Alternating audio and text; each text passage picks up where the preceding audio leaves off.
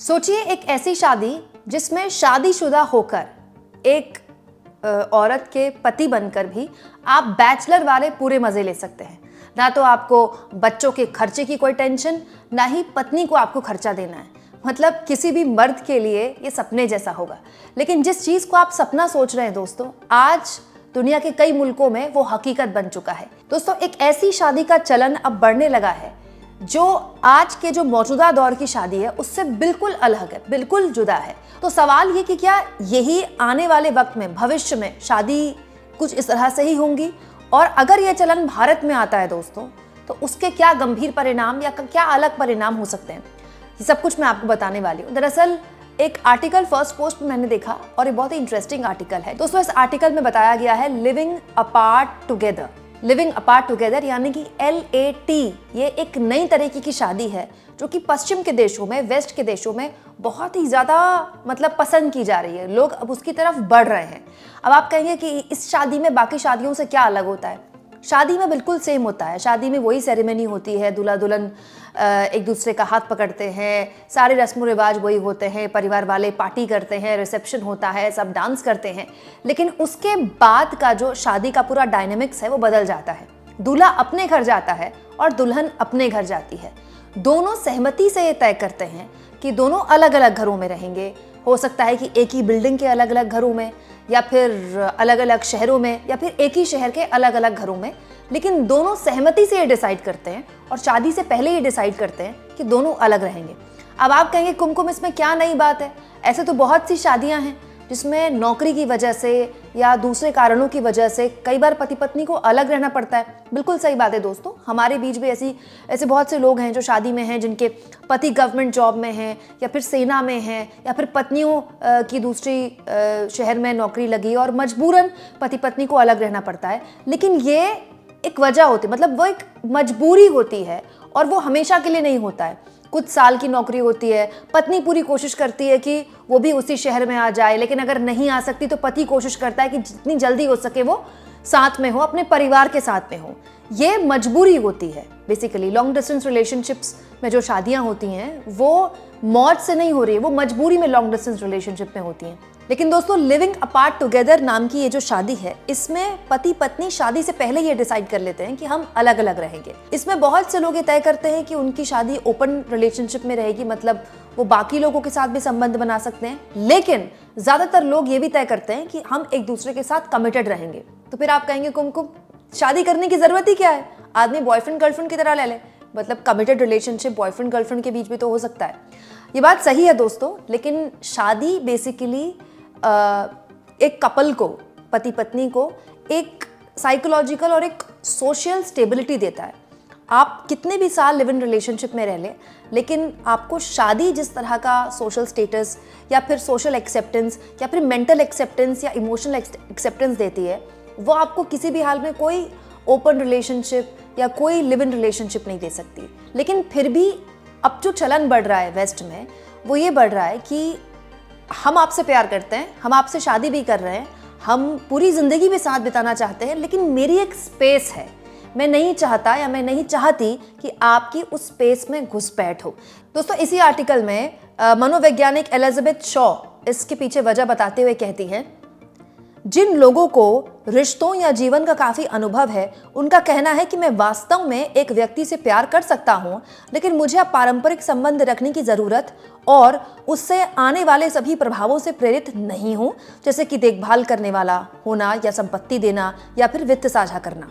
मतलब आप कह सकते हैं कि एक शख्स किसी से प्यार करने को राजी है, उसके साथ शादी करने को राजी है और पूरी तरह से उसके साथ लॉयल होने को भी राजी है, फिजिकली इमोशनली उसी के साथ लॉयल होने को राजी है, लेकिन उसके साथ अपनी जिंदगी साझा करने को तैयार नहीं है। दोस्तों, वैसे तो इसके पीछे बहुत सारे रीजन है, लेकिन एक एक करके मैं कुछ रीजंस बताती हूँ।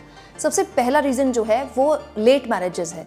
जब इंसान अपने लेट 35 में पहुंचता है या अर्ली 40s में पहुंचता है और तब तक वो सिंगल होता है या वो किसी के साथ रिलेशनशिप में नहीं होता है, फिर उसने शादी नहीं की होती है, तो आप समझ लीजिए कि एक तरह से उसने आधी जिंदगी जी ली है। और दोस्तों, 40 साल की उम्र या 35-36 साल की उम्र में शादी करना 22-23 साल या 25-26 साल की या 28 साल की उम्र में शादी करने से बिल्कुल अलग है, क्योंकि आप एक ग्रोन अप अडल्ट हैं, आप एक टीनेजर नहीं हैं।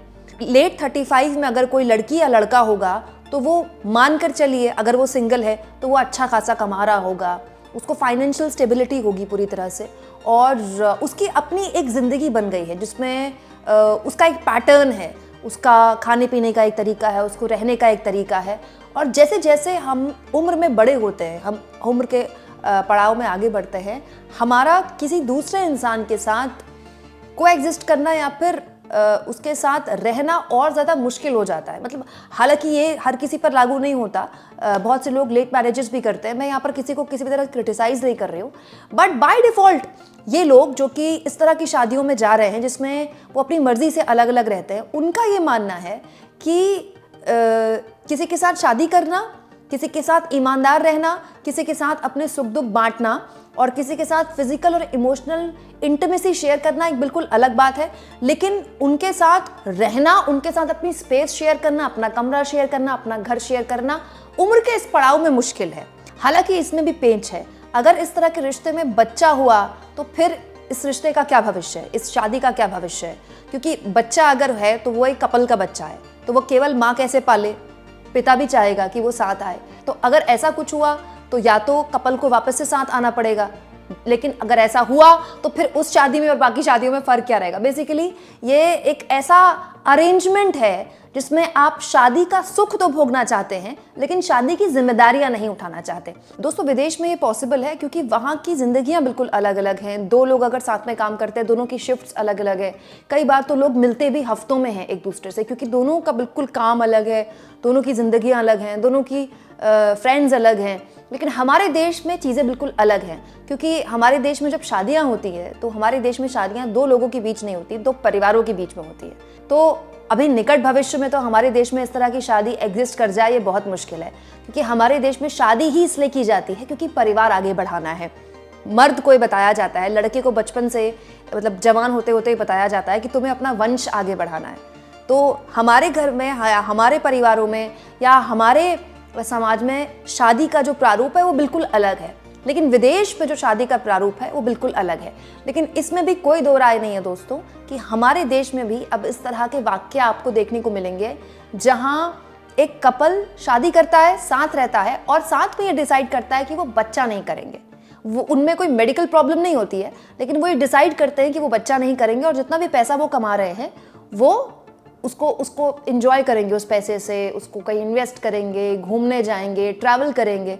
तो हमारे देश में भी ये चलन बढ़ रहा है कि लोग शादी कर रहे हैं लेकिन बच्चा नहीं कर रहे हैं। ये चलन पहले विदेशों में हुआ करता था, ये विदेशों से ही आया है अपने यहाँ, क्योंकि हमारी लाइफस्टाइल भी बदली है, हमारी जिंदगियों में परिवर्तन आए हैं। और आज यूथ जिस सोच के साथ शादी करता है, आज से 20 साल या 30 साल पहले की सोच अलग थी। दोस्तों आज से 40 साल पहले लड़कियां, औरतें पूरी तरह से पहले अपने पिता या अपने पति पर निर्भर थी फाइनेंशियली, लेकिन आज लड़कियां जब शादी कर रही हैं तो वो फाइनेंशियली इंडिपेंडेंट हैं और हर तरह से अपने करियर को हर लिहाज से उतनी ही प्रायोरिटी देना चाहती हैं जितना पति देना चाहते हैं। और इसमें तारीफ करनी होगी मर्दों की भी कि मर्द भी उसमें उनका पूरा सपोर्ट करते हैं, क्योंकि आज आप बड़े शहर में अगर कोएग्जिस्ट कर रहे हैं और आपको परिवार पालना है तो प्रैक्टिकली एक आदमी की कमाई से संभव नहीं है। तो ये एक सच्चाई है कि हमारे दौर में भी शादी का जो पूरा का पूरा एक डायनेमिक्स है वो बदली है, लेकिन मोटा मोटी अभी भी हमारे यहाँ शादी दो लोग और दो परिवारों का मिलन है जिसमें दोनों साथ रहते हैं, और अलग भी हुए तो वो टेम्परेरी बेसिस में होता है, लेकिन कुछ मजबूरियों की वजह से हुआ है। लेकिन ये कहना कि ये चलन केवल विदेशों में रहेगा, भारत में नहीं आएगा, ये थोड़ा जल्दबाजी होगी, क्योंकि जिंदगियां यहाँ भी बदल रही हैं। हाँ, ये बात सही है कि इस तरह की शादी जिसमें आप शादी करके अपने अपने घरों में चले जाते हैं और एक दूसरे से जानबूझकर अलग रहते हैं, लोगों का ये तर्क है कि इससे शादी का चार्म बना रहता है, आपको उस इंसान से मिलने की ख्वाहिश हमेशा रहती है, साथ रहकर वो चार्म खत्म हो जाता है। लेकिन ये बात भी सच है दोस्तों कि साथ रहकर हम जिस इंसान को जितनी करीबी से समझ सकते हैं, उसको किस चीज़ में गुस्सा आता है, उसको कौन सी चीज़ पसंद है, कौन सी चीज़ उसे खुशी देती है, कौन सी चीज़ उसे बिल्कुल नागवार है, वो शायद हम पूरी ज़िंदगी किसी के साथ शादी में रहकर अलग अलग रहकर कभी नहीं समझ सकते। आप इस मुद्दे पर क्या सोचते हैं दोस्तों? जिस तरह की शादियों का चलन विदेश में बढ़ रहा है, क्या भारत में भी ऐसा कभी हो सकता है? क्या भारतीय समाज अभी इसके लिए तैयार है? और अगर ऐसा हुआ तो फिर शादी का तो पूरा का पूरा एक प्रारूप ही बदल जाएगा। और ऐसा नहीं है कि दुनिया भर में ऐसा हो नहीं रहा, दुनिया के ऐसे कई मुल्क हैं इंक्लूडिंग साउथ कोरिया जहां पर सरकारें पैसा दे रही हैं लोगों को शादी करने के लिए, सरकारें पैसा दे रही हैं लोगों को बच्चे पैदा करने के लिए, क्योंकि ना तो वहां पर लोग डेट कर रहे हैं, ना लोग वहां पर शादियां कर रहे हैं, और बच्चे तो खैर पैदा करने को बिल्कुल भी राजी नहीं है। तो ऐसा नहीं है कि पूरी दुनिया में बदल नहीं रही हैं चीजें, बदल रही हैं। आपको क्या लगता है दोस्तों, कमेंट बॉक्स में जरूर लिखें, और जितना हो सके इस चैनल में भी मुझे सपोर्ट करें।